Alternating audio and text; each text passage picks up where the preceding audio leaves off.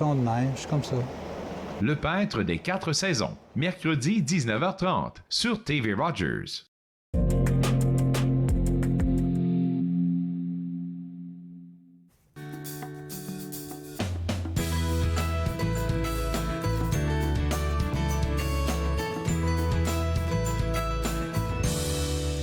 Bonjour et bienvenue entre nous exclusivement sur les ondes de TV Rogers. Je suis Claude Andrea Bonny. Je me ferai un réel plaisir de passer la prochaine heure avec vous. Aujourd'hui à l'émission, on va parler avec notre expert en sécurité informatique. Il a décidé de nous parler des anarques sur Kijiji. Je vais aussi m'entretenir avec notre diététiste professionnelle. Elle a aussi décidé de nous parler du lien entre la diète DASH, je ne sais pas qu'est-ce que c'est, la diète DASH et l'hypertension. Et avant de commencer l'émission et de laisser entrer notre premier invité dans le studio, j'aimerais vous mentionner que l'Assemblée de la francophonie de l'Ontario, en abrégé AFO, vous invite à répondre à leur sondage annuel pour mettre au grand jour les enjeux francophones de la province et les enjeux qui vous préoccupent. Pour avoir accès à ce sondage-là, www.monassemblée.ca, c'est le site web à visiter. Et j'aimerais vous inviter à aller sur le site web et à répondre au sondage parce que ça pourrait aider l'Assemblée de la francophonie de l'Ontario pour les élections à venir. Notre premier invité de la journée, c'est M. Pascal Bessette, vice-président en ressources humaines et culture organisationnelle au Collège de la Cité, qui nous fait le plaisir de nous parler ce matin. Et aujourd'hui, on parle de la marque employeur. Qu'est-ce que c'est que la marque employeur, M. Bessette?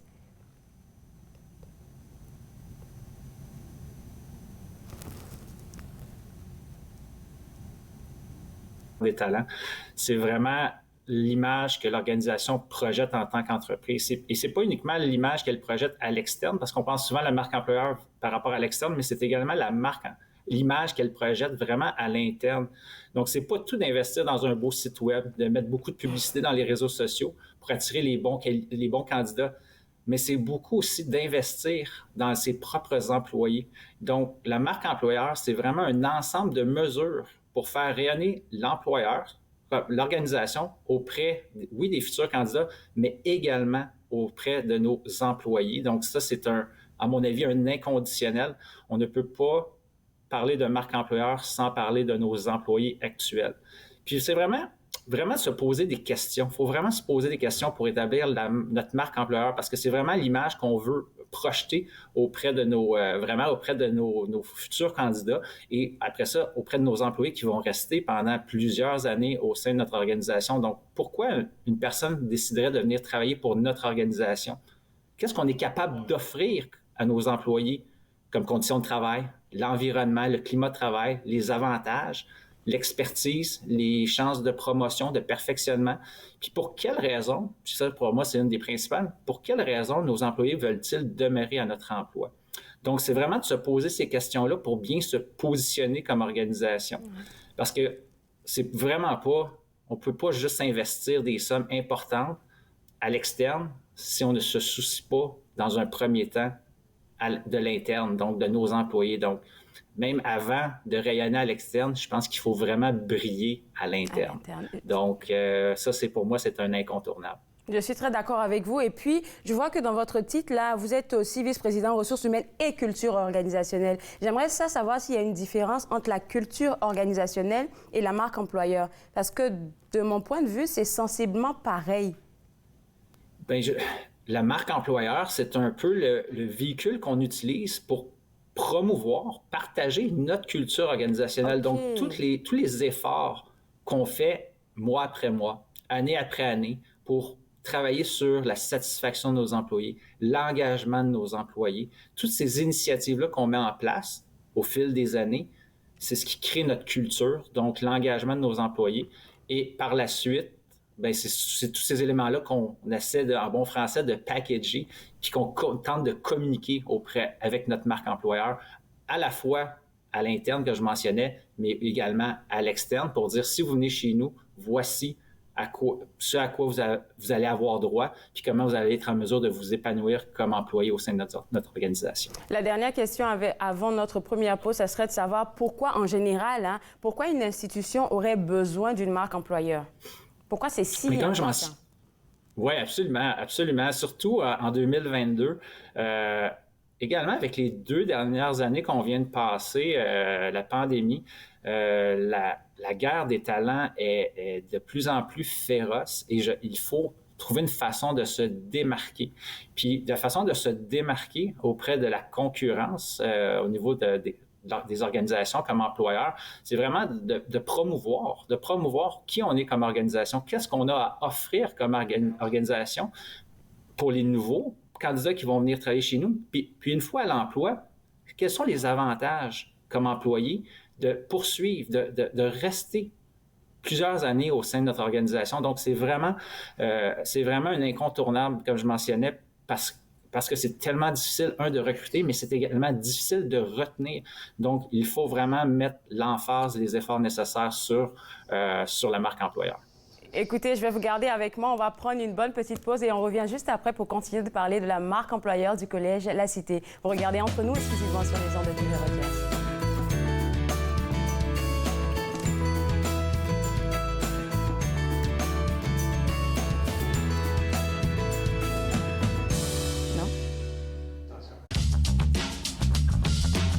Cette émission est présentée par Télé-Élan. Vous êtes enfin aux commandes. Pour en savoir plus, visitez Rogers.com.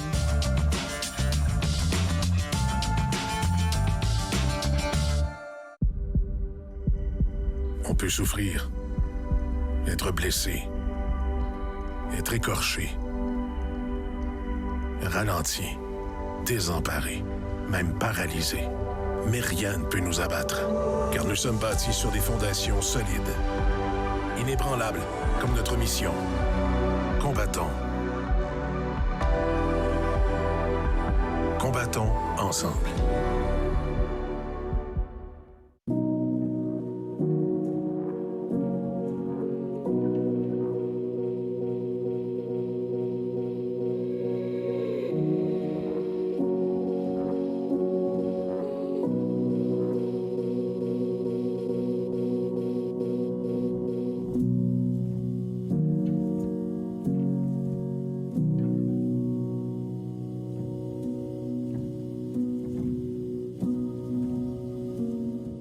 J'ai passé plus de temps que je devrais à essayer de comprendre qu'est-ce qui est arrivé. Tous les trois qui étaient sur le pont ne savaient pas qu'un train pourrait passer aussi vite qu'il est passé, puis sans s'en apercevoir.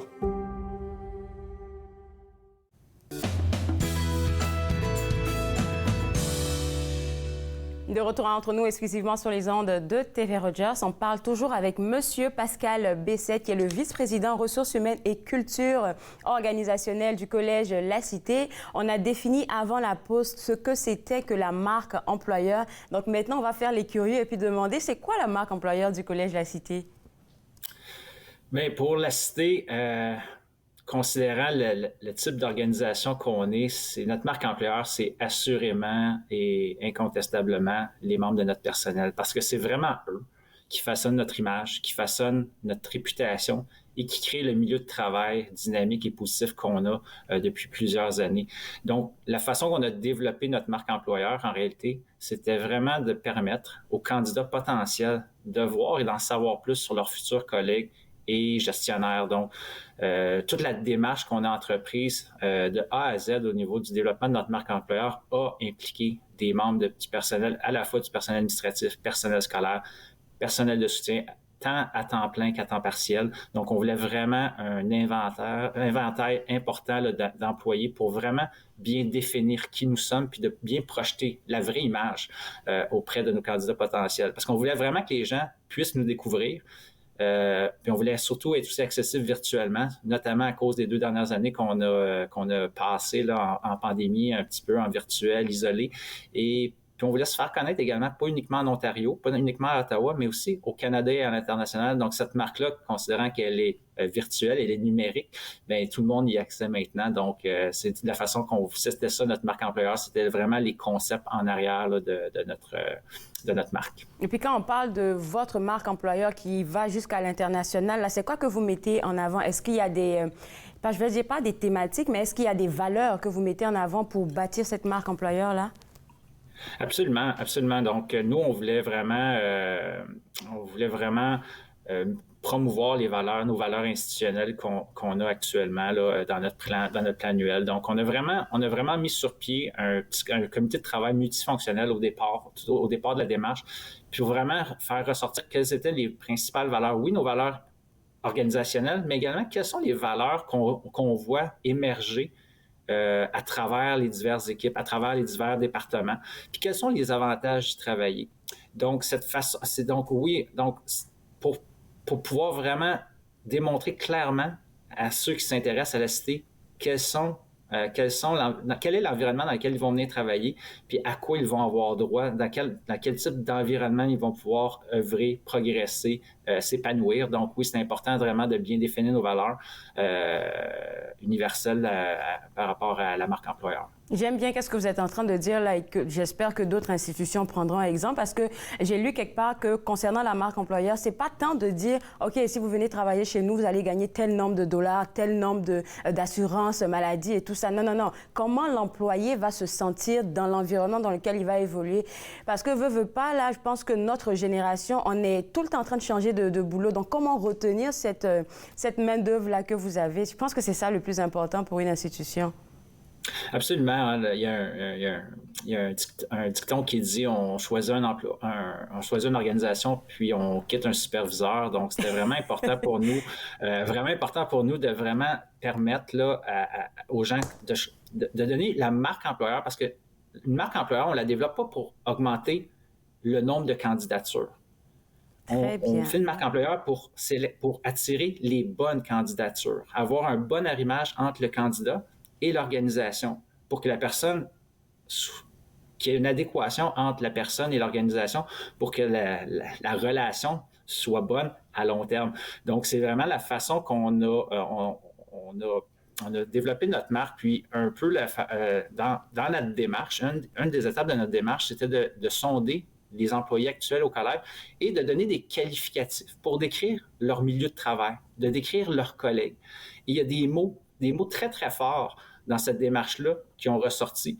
Puis c'est ça qu'on a utilisé comme concept. C'est ces mots-là qu'on a utilisés pour développer notre concept de marque. Des mots comme polyvalent, créatif, ouvert d'esprit, professionnel. Donc, c'est les gens qui étaient à l'emploi du collège, nos employés, personnel de soutien, personnel scolaire, personnel administratif, qui ont sorti ces mots-là pour dire, moi, quand je suis au collège, là, c'est ça que je ressens. Et c'est vraiment ces mots-là qu'on a utilisés pour positionner notre marque employeur. Donc, on a travaillé assurément le concept avec une firme experte dans le domaine, mais on a vraiment le concept, les éléments du concept viennent vraiment de notre organisation. C'est pas quelque chose qui a été pris dans les nuages, là, c'est vraiment des mots qui ont ressorti des membres de notre personnel. Oui, c'est ça. Et puis, j'aurais poussé plus loin pour dire diversité aussi, si je peux me permettre, parce qu'on sait que les employés du Collège de la Cité sont vraiment de toute origine. Et puis, quand vous avez parlé de la marque employeur tantôt, là, vous avez parlé du fait que vous allez à l'international. Mais qui parle d'international parle de diversité, puis de côtoyer d'autres cultures.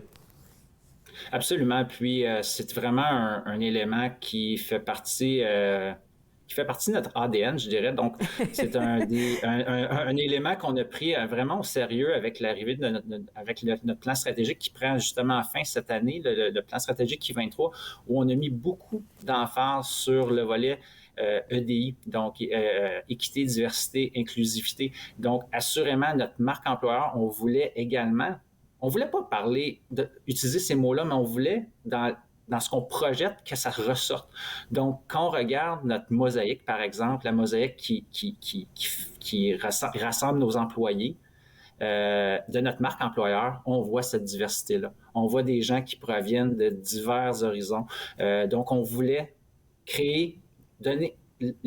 montrer, en réalité, on voulait montrer cette diversité-là pour dire aux gens, on est un environnement qui est accueillant, où on a à cœur l'équité, la diversité, l'inclusivité. Donc, si vous venez travailler chez nous, peu importe votre lieu d'origine, peu importe, par exemple, votre orientation sexuelle, vous allez être bien chez nous, vous allez pouvoir rayonner, vous allez pouvoir vous épanouir comme employé parce que c'est un environnement qui est inclusif. Donc, assurément, il y a plusieurs initiatives qu'on a mis en œuvre récemment. Là, donc, je peux donner un exemple rapidement, mais on a mis en place un comité qu'on appelle Unicité qui est une très grande représentativité de l'ensemble de notre communauté, comme je mentionnais, de tous les horizons. Et on a développé notre déclaration EDI. Donc, cette déclaration-là, c'est un peu notre guide pour les prochaines années sur toutes les initiatives qu'on va mettre en place pour assurer un environnement de plus en plus inclusif. Donc, on a vraiment mis l'emphase au cours des 2 dernières années sur ce volet-là et ça vient faire un très, très bel arrimage avec notre marque employeur pour la suite des choses. Écoutez, bravo pour tout ce travail-là. Je vous aurais regardé pour quoi? 30 minutes encore, mais malheureusement, l'entrevue tire à sa fin. Je vous souhaite de travailler encore plus fort pour pouvoir apporter plus d'employés dans la cité, on va dire, et puis inviter les gens là, à visiter le site web, parce que je sais qu'il y a beaucoup d'emplois en cours en ce moment-là. Donc, je vais les inviter à jeter un coup d'œil. Bonne journée, M. Bessette. Excellent, merci. Bonne journée à vous aussi. Alors, pour vous autres à la maison, pour avoir plus d'informations sur la marque employeur et pourquoi pas travailler au Collège de la Cité, vous êtes invité à visiter le site web www.collegelacité.ca. On va prendre une pause et juste après la pause, on parle avec notre diététiste professionnelle Isabelle Normandin. Vous regardez Entre nous, exclusivement sur les ondes de TV Rogers.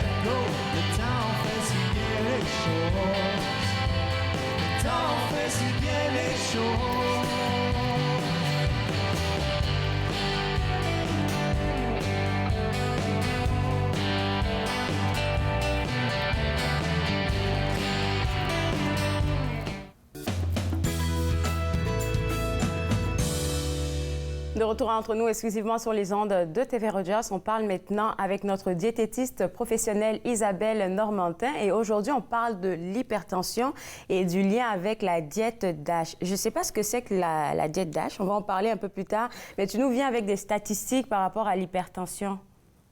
Oui, exactement. Bien, en fait, je trouvais que c'était important aujourd'hui d'aborder le sujet de l'hypertension, étant donné que ça touche en moyenne 1 Canadien sur 4 d'âge adulte.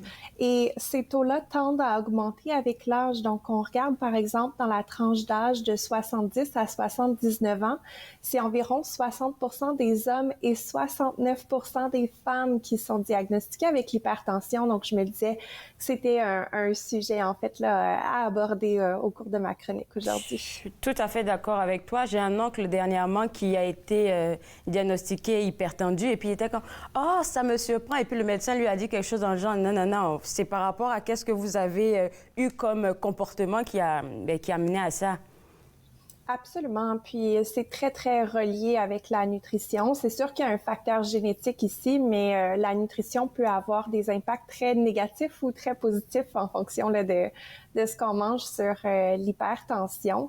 En fait, si vous voulez, vous, savoir à la maison si vous êtes hypertendu ou si vous avez là, ce type de problème de santé, bien, vous pouvez soit mesurer votre pression à la maison ou encore dans un milieu comme les pharmacies où on offre souvent la possibilité là, de prendre la mesure de la pression artérielle. si vous voyez là des valeurs qui sont plus élevées, donc on parle ici par exemple, je ne sais pas si vous avez déjà entendu parler des termes pression systolique ou pression diastolique, c'est des termes médicaux en fait qui signifient en fait les deux chiffres qu'on va voir apparaître sur la machine qui prend la tension artérielle. Le plus haut chiffre qui est la pression systolique, on devrait voir habituellement un chiffre qui se situe en bas de 135. Donc quand on voit un chiffre de 135 ou plus, on devrait là consulter son médecin parce que on a des très grands risques là, d'être diagnostiqué avec l'hypertension, ou encore l'autre chiffre, le plus petit habituellement des deux chiffres, qui est la pression diastolique. C'est là si elle est au-dessus de 85, on devrait là en parler avec son médecin. Donc, en haut de 135 sur 85, on devrait là définitivement faire un suivi à ce niveau-là. Alors, puisque tu as parlé, on a parlé des personnes d'âge de 70 à 79 ans, où est-ce que ça devient vraiment très accru, mais pour une personne d'une trentaine d'années, est-ce que tu penses qu'on devrait commencer à cet âge-là, commencer à on va dire, à s'observer? Oui, absolument. On peut le faire par simple curiosité, comme on pourrait prendre la mesure de son poids ou aller faire des tests de sang qui seraient là, demandés par le médecin. Je pense que c'est un test de routine qu'on peut définitivement faire, et plus tôt on diagnostique cette maladie-là, bien, moins d'effets néfastes ça peut avoir sur la santé. Donc, pourquoi pas être un peu curieux et aller voir là, si notre pression est adéquate. J'aime bien même qu'on parle de ce sujet-là aujourd'hui. Pourquoi? Parce qu'il y a du soleil. Puis dans les suggestions que tu vas donner après la pause, j'ai vu que tu aimerais inviter les gens à éviter l'alcool, la cigarette et tout ça. Et puis je me dis, c'est bien là, parce que c'est l'été, tout le monde là va commencer à vouloir prendre un petit cocktail alcoolisé ou quelque chose dans le genre, là, alors qu'il faut faire attention. Alors, dis-nous un peu, c'est quoi la diète DASH et d'où est-ce que ça vient? Oui, en fait, la diète DASH, c'est du terme anglophone qui veut dire Dietary Approach to Stop Hypertension. So, en français, on dirait approche alimentaire pour freiner l'hypertension. Donc, en fait, c'est à la suite de plusieurs recherches qui ont été faites sur le sujet. On s'est rendu compte que quand les gens qui étaient diagnostiqués avec l'hypertension suivaient la diète DASH, on voyait en fait une nette réduction là, des chiffres justement de tension artérielle. Donc, qu'est-ce que c'est exactement? En fait, on nous suggère premièrement de consommer en fait beaucoup de fruits et de légumes. Donc, autant les fruits et les légumes frais que l'option des légumes ou fruits congelés ou en conserve. On nous dit, en fait, on nous recommande de consommer à peu près 8 à 10 portions par jour. Et la variabilité ici, elle vient du fait, par exemple, que certaines personnes mangent moins de calories par jour simplement par leur plus petite taille. Certaines personnes mangent plus. Donc, environ 8 à 10 portions de fruits et légumes par jour, c'est ce qui est recommandé. Puis quand on pense à une portion, là, moi, j'aime bien faire les choses simplement. Habituellement, je dis, regardez la grosseur du poing, c'est à peu près là, la grosseur d'une portion de légumes ou de fruits. Donc, par exemple, une orange de grosseur moyenne ou une pomme encore, ou à peu près une tasse de laitue si on se fait de la salade. Donc, c'est facile là, en disant, bon, ben je vais mettre 1 ou 2 points là, en termes de la quantité dans mon assiette pour essayer là, d'obtenir plus de fruits et de légumes dans ma journée. Et puis, c'est facile. C'est ça. Le but, c'est que ce soit le plus facile possible. Donc, surtout, là, comme vous disiez, avec les fruits et les légumes qui vont être de plus en plus en saison avec l'été qui approche, bien, pourquoi pas faire le plein, là, aller dans les marchés locaux, dans les épiceries où on va avoir des produits provenant de l'Ontario. Donc, belle façon là, d'encourager nos fermiers locaux, nos producteurs locaux pour les fruits et les légumes. Très bien dit. Et puis, je vais faire l'avocat du diable, là, pas seulement pour parler aux gens qui nous regardent, mais pour me parler à moi-même. Les fruits et légumes, là, il ne faudrait vraiment pas attendre quand l'alarme sonne rouge, là, pour commencer à en consommer. Il faudrait commencer plus tôt. L'été est là, il y aura de bons fruits, de bons légumes, là, donc il faudrait en profiter. Alors, comment quelqu'un qui a de l'hypertension pourrait commencer à changer son alimentation? Très, très bonne question, en fait. Je dirais, la plupart du temps, on part avec ce qu'on fait déjà. Okay. Puis ensuite de ça, on essaie d'améliorer un peu soit les proportions des différents aliments dans notre assiette ou, en fait, un exemple ici, ce serait, bon, quelqu'un qui me dit, moi, Isabelle, je consomme habituellement plus comme la viande et la pomme de terre quand je fais un repas typique. Ben, à ce moment-là, je vais dire, ben, OK, est-ce qu'on peut commencer à tranquillement essayer de mettre des légumes dans l'assiette et peut-être réduire la portion de viande un peu. Et éventuellement, l'objectif qu'on aimerait atteindre, ce serait que la moitié de notre assiette soit composée de fruits ou de légumes. Et avec ça, on ajoute un quart là, de notre portion qui serait la protéine et un quart de notre portion là, qui serait de l'assiette qui serait composée de féculents, de grains entiers. Mais le but initial, c'est vraiment de partir là où on est présentement, de pas nécessairement essayer là, de tout changer d'un seul coup, mais d'y aller petit à petit. Et première étape, ce serait d'augmenter les fruits et les légumes effectivement, là, dans l'assiette ou en collation ou en dessert, là, peu importe la façon, juste d'en intégrer plus. Écoute, Isabelle, on va prendre une pause, toi et moi, et puis je te revois juste après. Vous regardez Entre nous exclusivement sur les ondes de TV Rogers.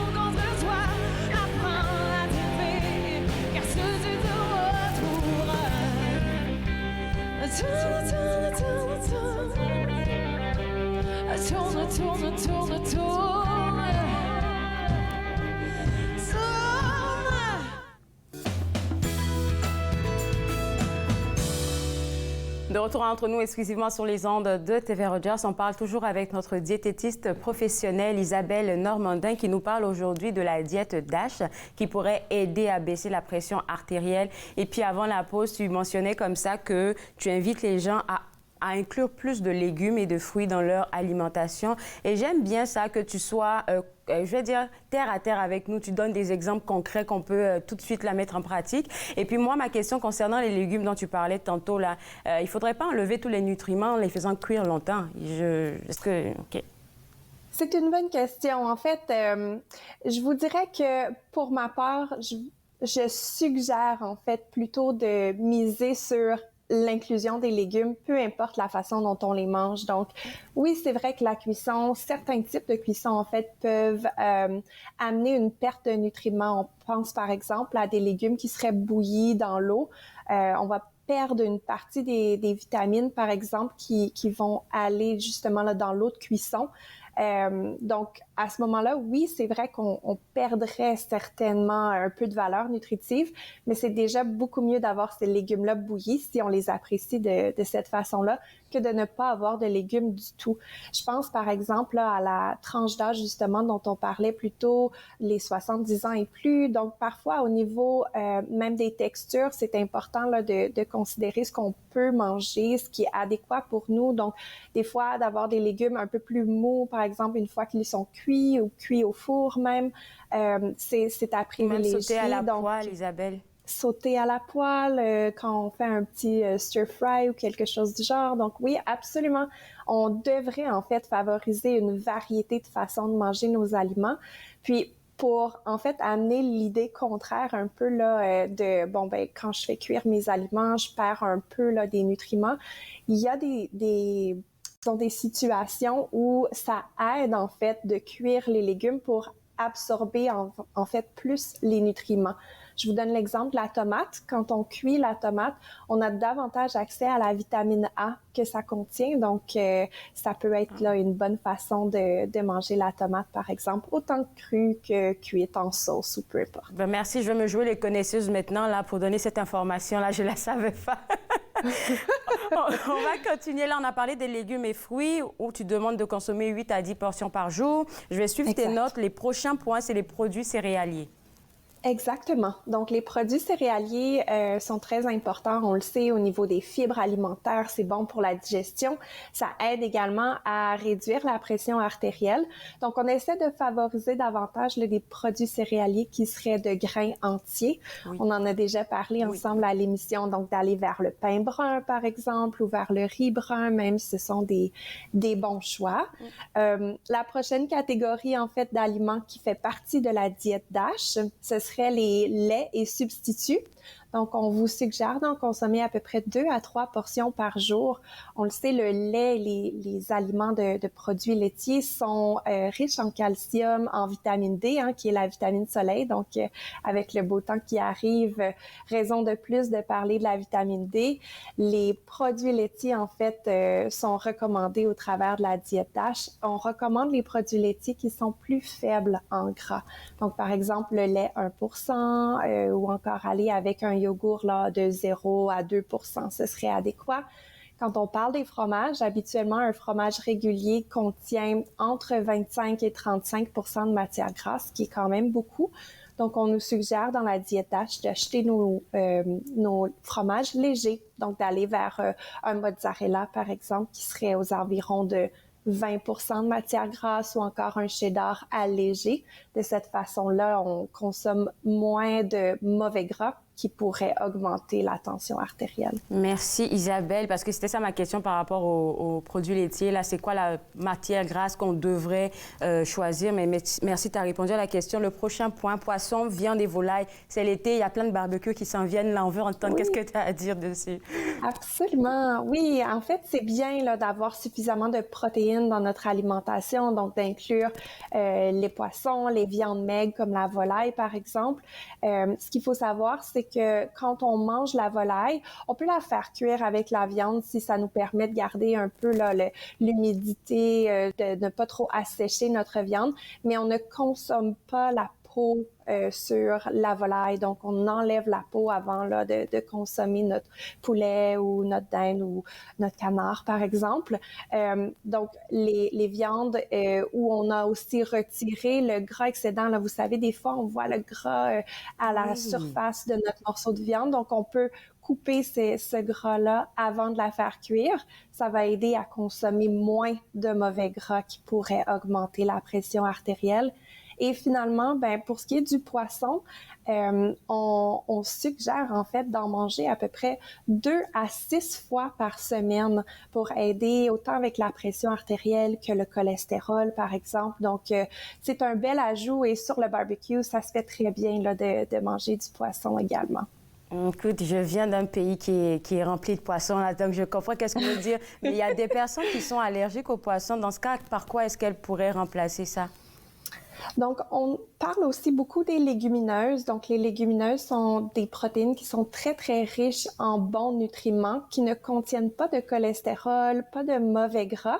Donc, c'est un bon substitut là, si on cherche à remplacer, par exemple, la viande rouge. Puis, une autre idée, en fait, les poissons là, qui sont très riches en bons gras, on dit les gras oméga 3.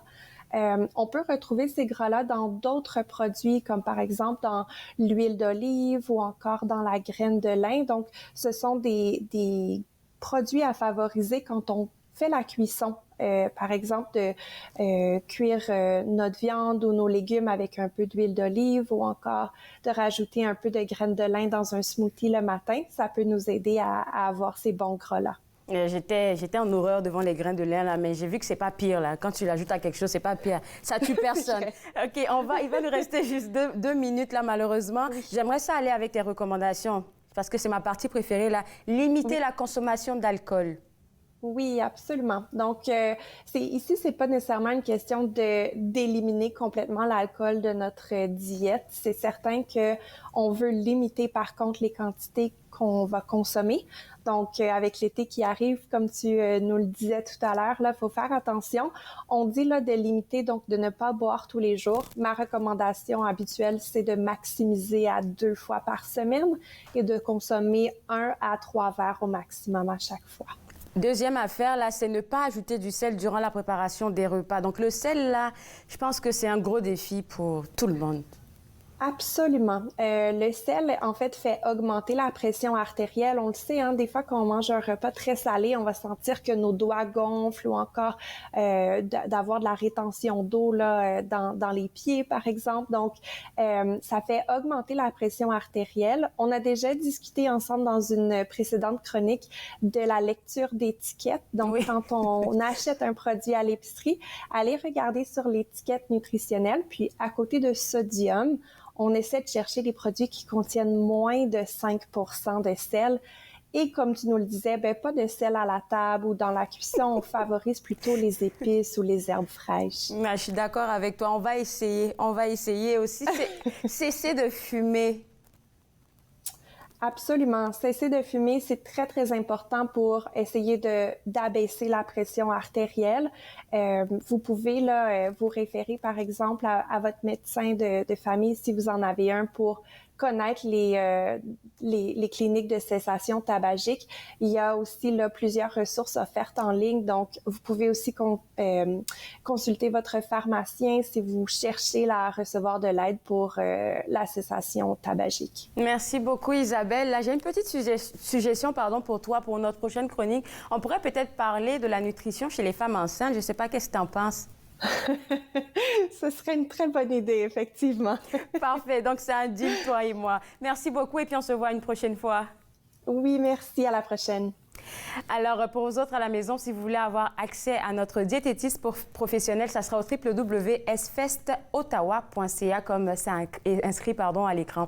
On va prendre une pause et après la pause, on parle avec notre expert en sécurité informatique. On va parler des arnaques avec Kijiji. Vous regardez Entre nous, exclusivement sur les ondes de TV Rogers.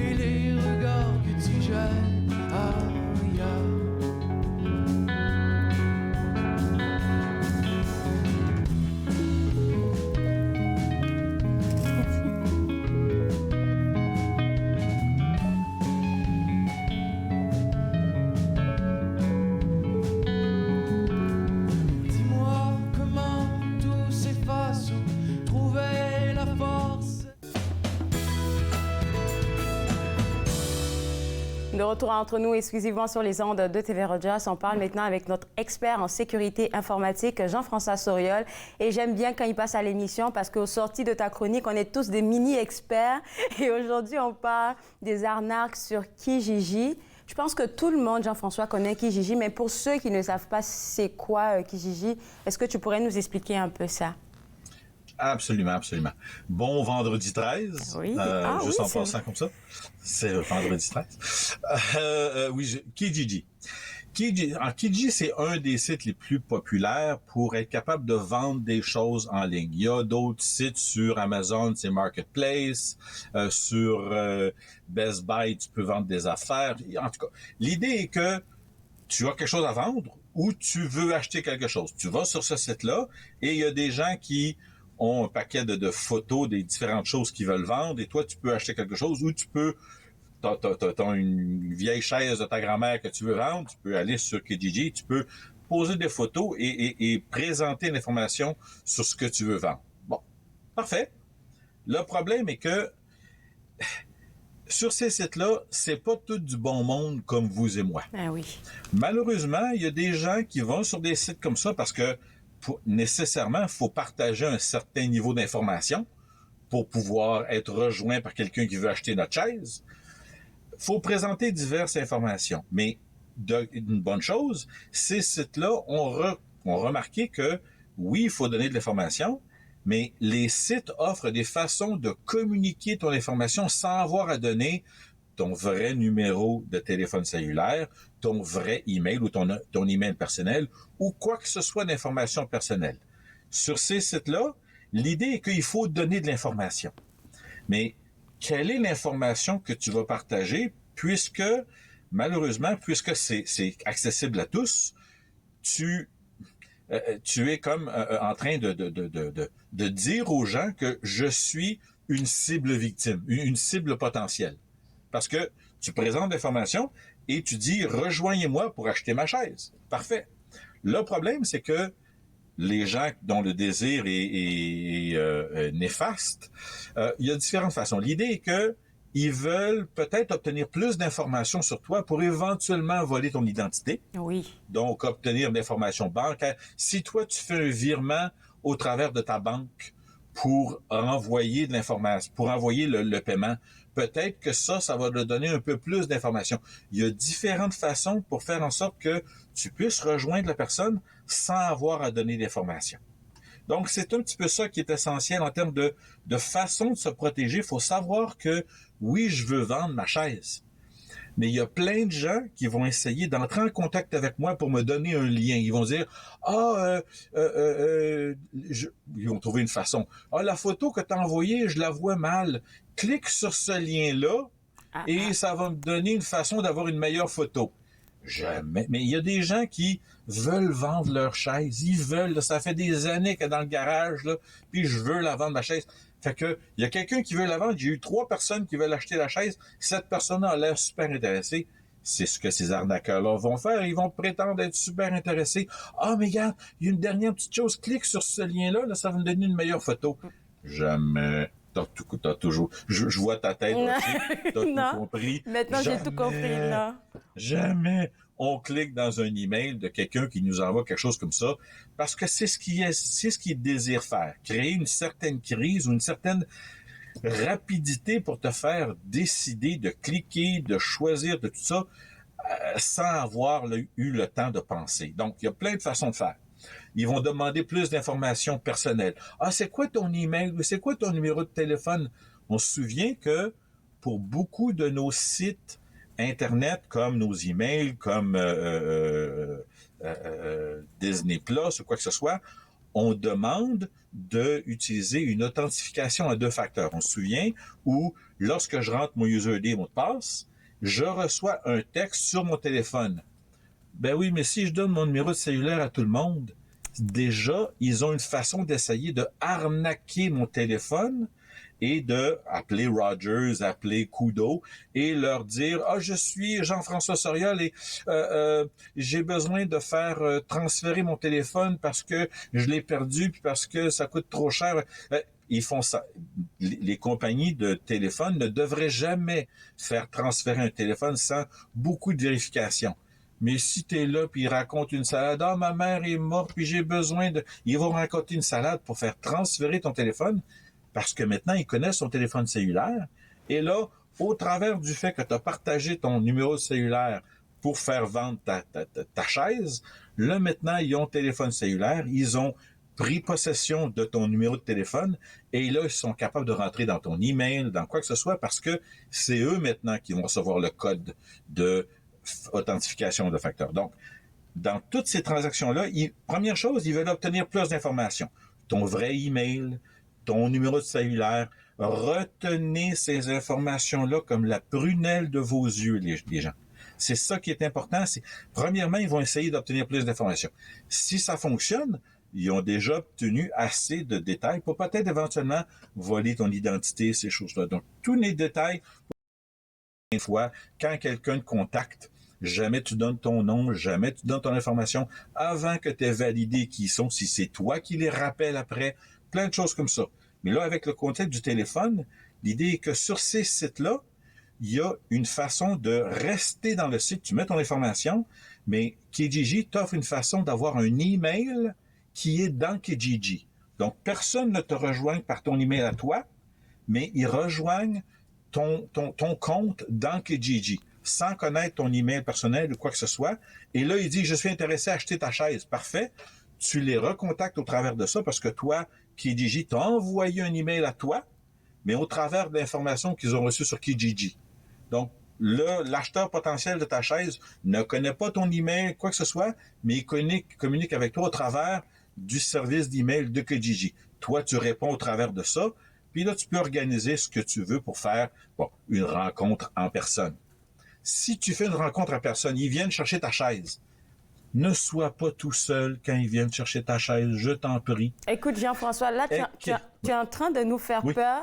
Donc, je vais prendre une pause, le temps de respirer un peu, et puis on revient juste après. Absolument. Pour regarder entre nous exclusivement sur les ondes de TV Rogers.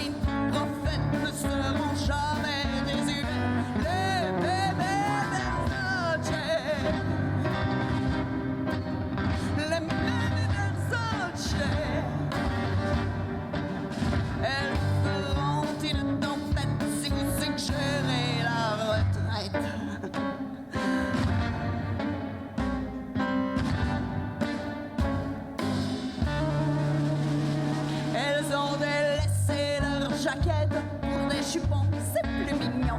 Elles sont loin de maigrelettes, ces vieilles greluches en mission.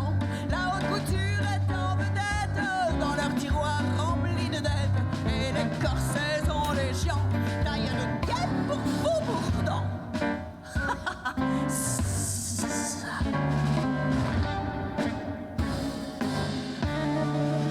Elles détestent les filles allumettes à la une des revues bonbons. Elles ont bien plus que des squelettes dans les placards de leur maison. Elles ont passé l'âge des diètes, elles ont tendance et coquettes. Il ne leur manque pas d'aplomb, la mode c'est la révolution.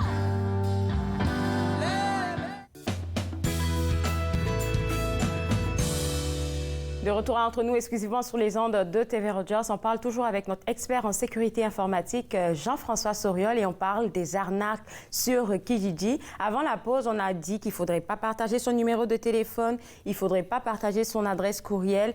Maintenant, quand on fait notre démarche et qu'on a vendu ou qu'on achète quelque chose, il faudrait se faire accompagner de quelqu'un pour récupérer ou pour aller vendre la chose. Ces transactions-là, une rencontre face à face est la meilleure façon. Oui. C'est la meilleure façon, comme ça tu sais avec qui tu parles, il n'y a pas d'arnaque, il n'y a pas de...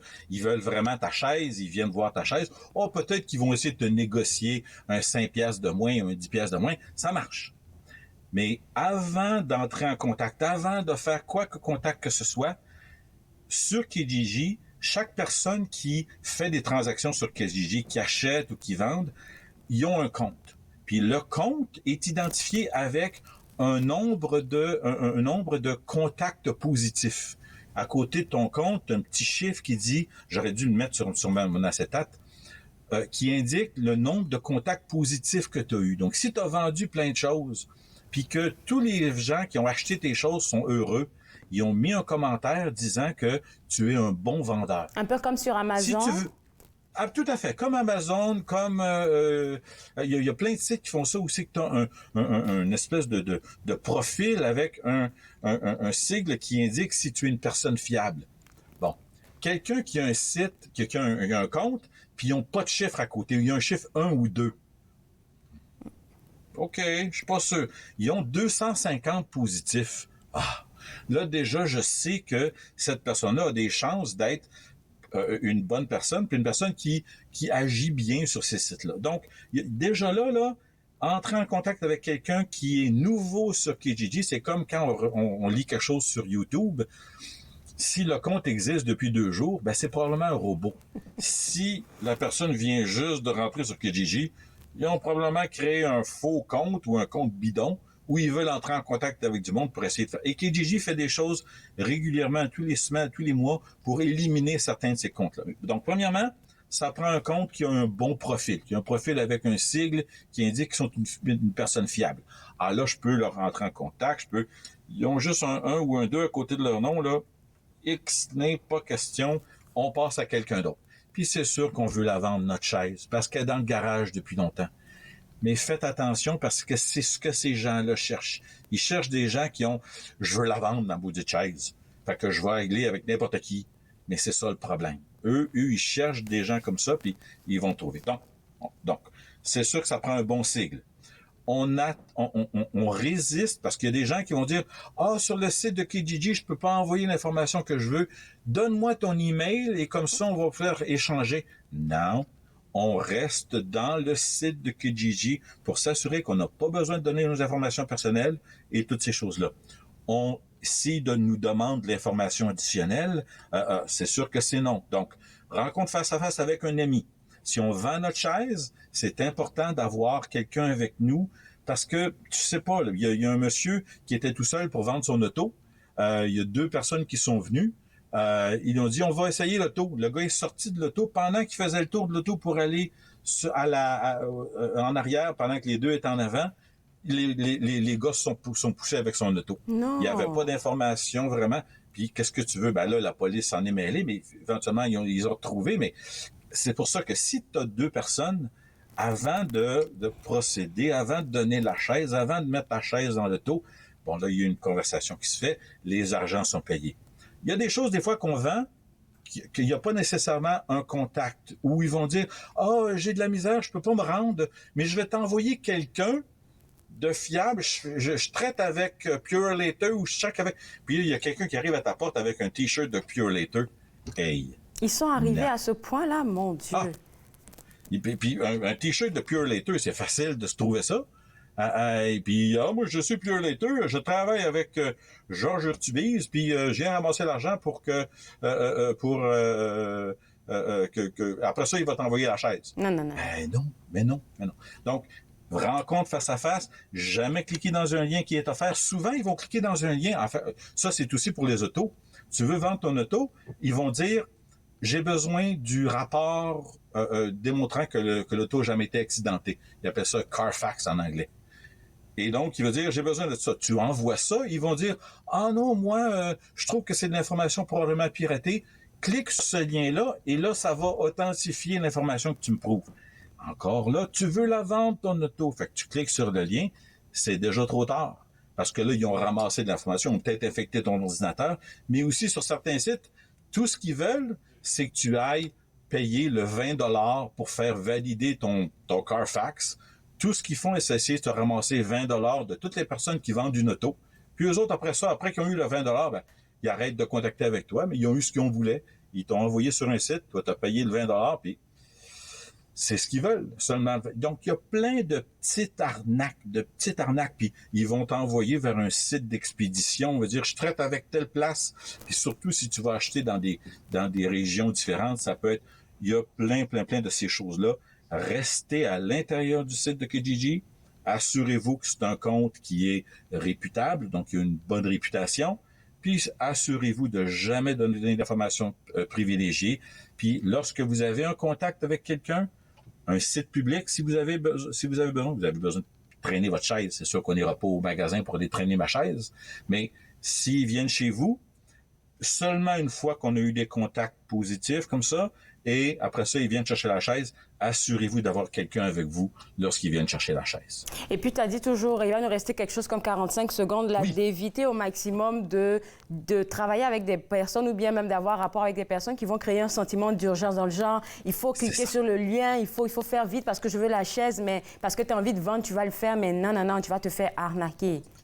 Exactement. Puis ça, c'est sur l'écran, on voit un site qui est offert par Kijiji. Vous cliquez là-dessus, ça vous rend sur un site où il y a plein d'informations de la part de Kijiji sur les façons de faire à l'intérieur du site. Ça rapporte sensiblement les mêmes choses que j'ai dit, mais avec des liens spécifiques, des informations spécifiques. Merci beaucoup. Donc vendre, c'est formidable, mais il faut faire attention parce que c'est pas tout du bon monde sur Internet. Tellement vrai. Merci beaucoup, Jean-François. Je pense qu'on prépare quelque chose de gros pour la période estivale, là, donc j'espère que les gens seront connectés. À bientôt.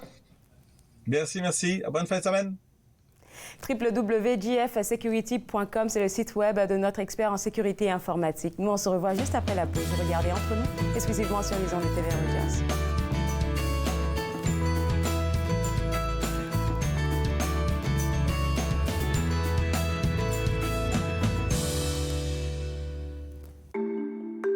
Mettons que ma jeunesse n'était pas sans drogue.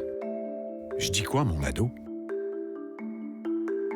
J'aimerais qu'il vive sa jeunesse sans avoir peur de me parler de drogue. C'est possible? Choisir de vivre sa jeunesse sans aucune drogue, est-ce que c'est utopique? Des questions au sujet des jeunes et de la drogue. Jeunesse sans drogue, Canada. Dans le cadre du mois de la sensibilisation de la santé rénale, je vais recevoir une femme inspirante, Marie-Ève Chenet. Nathan parle, mercredi 20h, sur TV Rogers.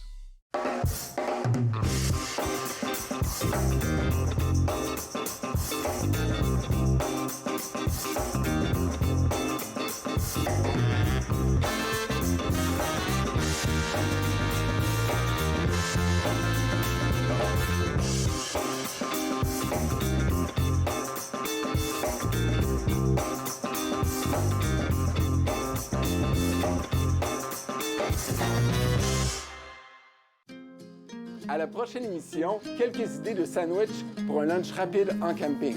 Aussi, une recette de déjeuner tout à fait différente. Bouffe sur la route, dimanche 20h sur TV Rogers. De retour entre nous exclusivement sur les ondes de TV Rogers, j'aimerais partager encore une fois avec vous cette information importante qui nous vient de l'Assemblée de la francophonie de l'Ontario, en abrégé AFO. L'Assemblée de la francophonie de l'Ontario vous invite à répondre à leur sondage annuel pour mettre au grand jour les enjeux francophones de la province et les enjeux qui vous préoccupent. Je pense que c'est super important de le faire à cause des élections qui s'en viennent très bientôt.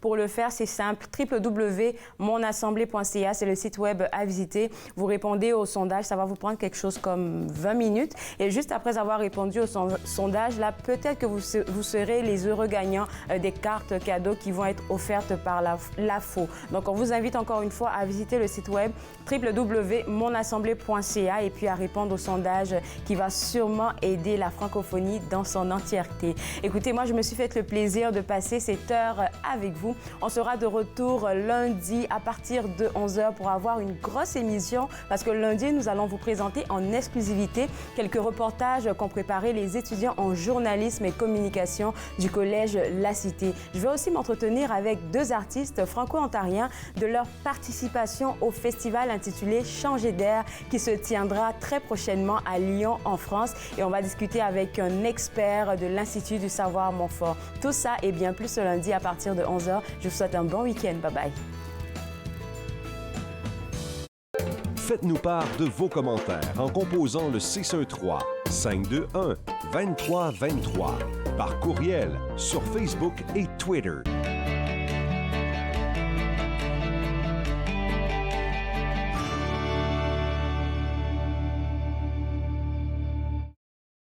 La commission d'enquête sur le réseau de trains légers sur rail d'Ottawa souhaite obtenir votre avis sur le train léger et tiendra à cet effet une consultation publique les 25 et 26 mai de 19 à 21 heures au Centre Chat. Ces réunions seront diffusées en direct sur Internet et sur TV Rogers. Vous devez vous inscrire avant 17 heures le vendredi 20 mai si vous voulez y participer en personne ou virtuellement. Pour de plus amples renseignements et pour vous inscrire, visitez le enquête publique sur le dlrdottawa.ca.